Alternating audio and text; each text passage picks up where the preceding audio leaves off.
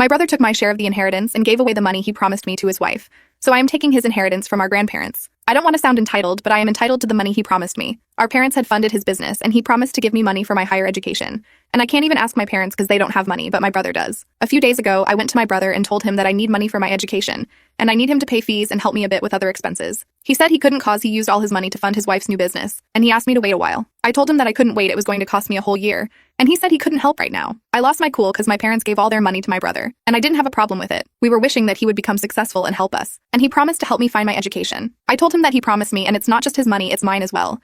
And we all trusted him, but now he is betraying me and you don't have money? You should have saved up for me, I am your sister.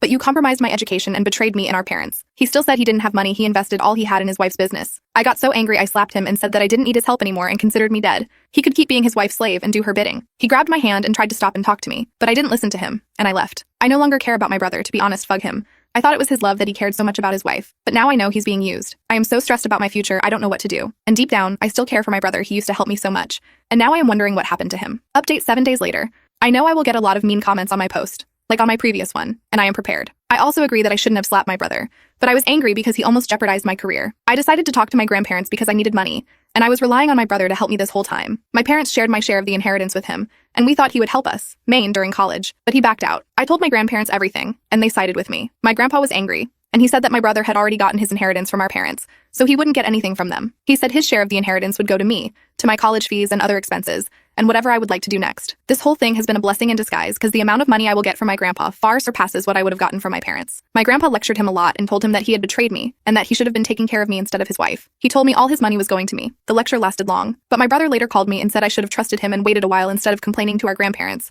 I told him I didn't care anymore. I trusted him once, but he broke my trust, and he should be helping his sister, not his wife when you both are already comfortable. I told him that I was sorry for hitting him, and if he wanted to call the police on his 7 years younger sister, he could.